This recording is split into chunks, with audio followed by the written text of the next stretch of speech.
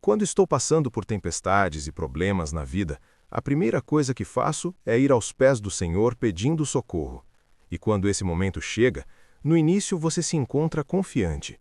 Mas, no meio da tempestade, ou melhor, do deserto, conforme o tempo passa e os lábios vão ficando secos devido ao sol, os pés e os joelhos cansados pela caminhada, só existem 3 caminhos a trilhar. O primeiro é o ideal e mais difícil, perseverar confiantemente.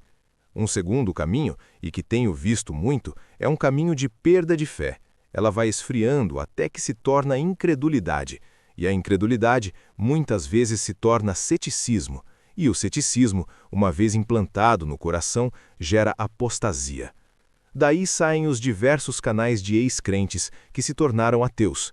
E existe um terceiro caminho, o dos crentes que tiveram alguns momentos sobrenaturais com Deus, que sabem ser reais e não fruto de emoção. A esses, o caminho até o ateísmo é quase impossível. Digo quase, pois veremos mais adiante que até mesmo quem teve algum tipo de experiência sobrenatural com Deus pode sim deixar de acreditar nele. Parece loucura, mas é possível.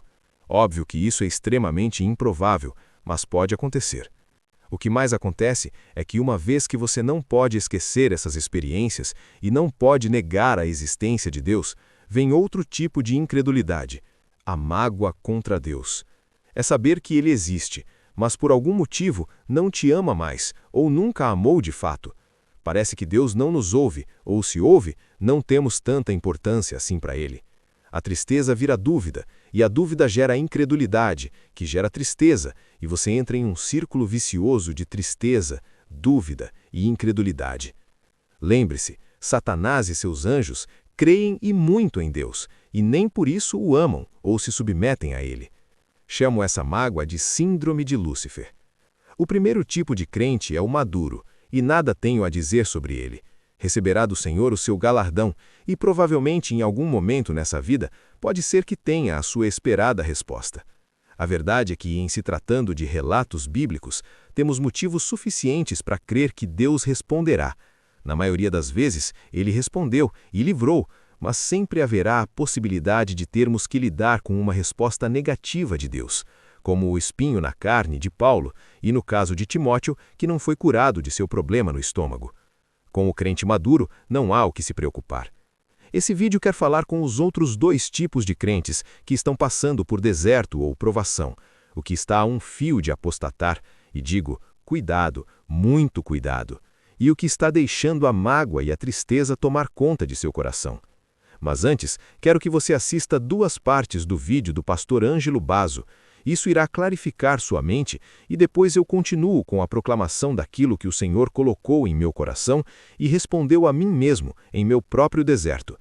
Eu faço parte desse grupo que tiveram algumas experiências sobrenaturais com Deus e que não pode negar a sua existência, mas cuja a tristeza era tão grande e a culpa por pecados tão intensa que quase deixei com que elas me dominassem. Mas Deus, em sua misericórdia, me socorreu e respondeu com um personagem bíblico que trataremos mais à frente.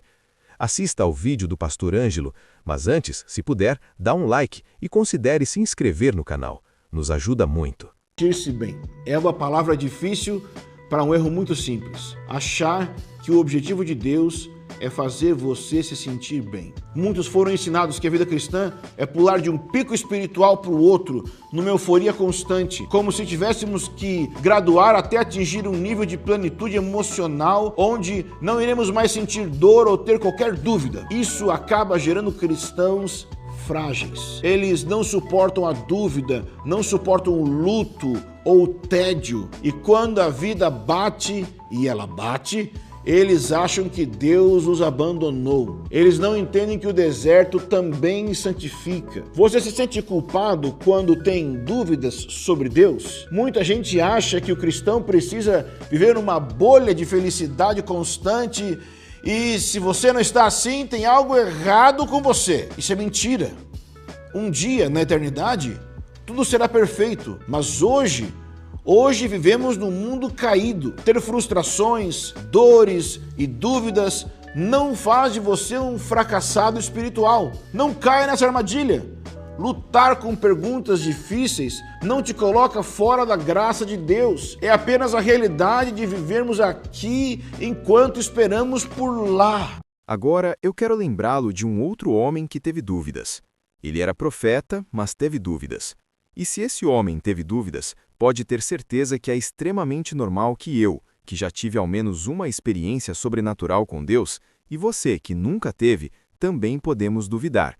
Somos humanos. Não, eu não estou falando de Elias, embora pudesse tomar ele como exemplo, mas estou falando de João Batista. Recapitulemos a história desse homem. 1. No ventre de sua mãe, ele se regozijou ao se aproximar de Maria, a mãe do Salvador que estava grávida de Jesus, e sua mãe, Isabel, ficou cheia do Espírito Santo. Que início de ministério, hein? 2. João é o último dos profetas, aquele que viria no espírito de Elias. Ele era um homem de profunda santidade. O que Jesus disse sobre ele, lembra? Eu lhes digo que entre os nascidos de mulher não há ninguém maior do que João. E esse era o nível espiritual de João Batista. 3. E o que João viu e ouviu ao batizar Jesus? Lembremos, depois do batismo de todo aquele povo, Jesus também foi batizado, e quando Jesus estava orando, o céu se abriu e o Espírito Santo desceu na forma de uma pomba sobre ele. E do céu veio uma voz que disse: Tu és o meu filho querido, em quem me alegro. Ora, João ouviu a voz de Deus dos céus, mas quando foi preso, o que ele pergunta a Jesus? Vamos ler o texto. E João, chamando 2 dos seus discípulos, enviou-os a Jesus, dizendo: És tu aquele que havia de vir, ou esperamos outro? Que isso, João? Você ouviu a voz de Deus dizendo que aquele que você havia batizado era o seu filho amado e agora está com essa dúvida? Pois é, circunstâncias mexem conosco. Circunstâncias mexeram com Moisés, com Elias, com Davi, com João Batista e mexem conosco também. Se alguém como João pode pensar, bem, talvez eu tenha interpretado as profecias erroneamente, talvez esse meu primo não seja quem eu pensei ser. Imagine você e eu. Não ache que sua dúvida é um sinal de que o Espírito Santo não age em você. Ele agia poderosamente em João Batista e ainda assim ele duvidou por um instante. Esse é o tipo de pensamento que Satanás planta em seu coração, principalmente em momentos de dor, luto ou sofrimento. Ele junta ao sofrimento a dúvida e você pensa, bem, já que não estou perseverando, talvez eu não seja filho de Deus. Ei, escuta aqui. Se você está lutando, mesmo duvidando, saiba, você está vivo e não morto. Somos humanos, só houve um que nunca duvidou, o próprio Senhor Jesus. Esse confiou em Deus do início ao fim. Eu e você não precisamos ser como ele. Ore, Senhor, eu creio, ajuda-me em minha falta de fé. Jesus jamais faria esse tipo de oração, mas nós talvez devamos fazê-la diariamente. Quanto ao grupo que nunca teve uma experiência sobrenatural com Deus, eu tenho 2 conselhos. O primeiro é: quero que saiba que, antes de ter uma resposta de Deus ou alguma experiência sobrenatural com Deus, todos os que tiveram essas experiências, antes, faziam parte do seu grupo, dos que só tinham a fé. E Jesus afirma, Mateus 16:4, que uma geração má e adúltera pede um sinal. Nós temos o testemunho do próprio nascimento sobrenatural da Igreja e temos os testemunhos de muitos que foram tocados pelo poder de Deus. Existem curas e milagres ainda hoje. Avalie a própria história dos poderosos feitos de Deus no passado e deixe-se inspirar pelo que Deus faz hoje na vida de outros irmãos. A sua hora vai chegar. Deus sempre se revela, de uma forma ou de outra, para aqueles que o buscam. Muitos dos maiores homens de fé não relataram nenhum tipo de experiência mística com Deus. Lembre-se de John MacArthur, John Piper, James Montgomery Boyce e outros. Nenhum desses relatou algo extremamente sobrenatural em suas vidas, mas ainda assim eles percebiam o Senhor em suas vidas, guiando-os e sustentando-os. Temos confirmações históricas suficientes para crermos que Deus governa e está atento ao seu povo. Não quero acusá-lo de ter coração frio ou fé falsa. Eu sei que às vezes parece que estamos sós, mas não estamos. Deus ainda faz milagres hoje e cuida de nós. E quanto ao grupo que teve experiências com Deus? Podem apostatar? Bem, o que diz Hebreus 6? Essa passagem gela o meu coração. O que diz o autor de Hebreus? Porque é impossível que os que já uma vez foram iluminados e provaram o dom celestial e se tornaram participantes do Espírito Santo e provaram a boa palavra de Deus e os poderes do século futuro e recaíram, sejam outra vez renovados para arrependimento. Pois assim, quanto a eles, de novo crucificam o Filho de Deus e o expõem ao vitupério. Eu não vou entrar na profunda discussão teológica exegética de que se esses possíveis apóstatas são salvos de fato ou não. Particularmente, eu creio que não. Mas o fato é que eles provaram de algum modo de algum tipo de dom espiritual e tiveram contato com os poderes do mundo vindouro, e ainda assim apostataram. Veja, não apenas esfriaram ou se desviaram, mas apostataram, pois sabemos de pessoas que esfriaram e se desviaram e depois foram restauradas. Davi, Pedro e o rei Manassés, nossa, esse aí só a misericórdia mesmo. Todos se perderam na caminhada, mas foram restaurados. Hebreus 6 não fala de desviados. Para esses temos o Salmo 51, o Salmo dos desviados. Hebreus 6 fala de apóstatas, fala de Andressa Urashi, J.A. e outros. Lembre-se, aquele que está de pé, cuide-se para que não caia. A dúvida, em si, não gera a queda. A dúvida pode gerar até crescimento, mas sim, caso ela tome seu coração, pode ser o início da queda. Quanto a isso, tenho um terceiro caso de apostasia de uma pessoa que supostamente provou dos poderes do mundo vindouro, que é bastante emblemático e elucidador. Uma vez, eu vi uma entrevista com o comediante Tiago Santinelli. Ele hoje é ateu, declaradamente apostatou da fé, não crê mais em Deus e nem em Jesus. O esquerdismo tomou seu coração. Mas uma coisa que me chamou a atenção foi quando ele disse que havia falado em línguas. Eu pensei, bem, ou ele só enrolou a língua em um momento de emoção coletiva, ou ele de fato falou em línguas, e mesmo assim, devido ao seu coração duro, apostatou, cumprindo Hebreus 6.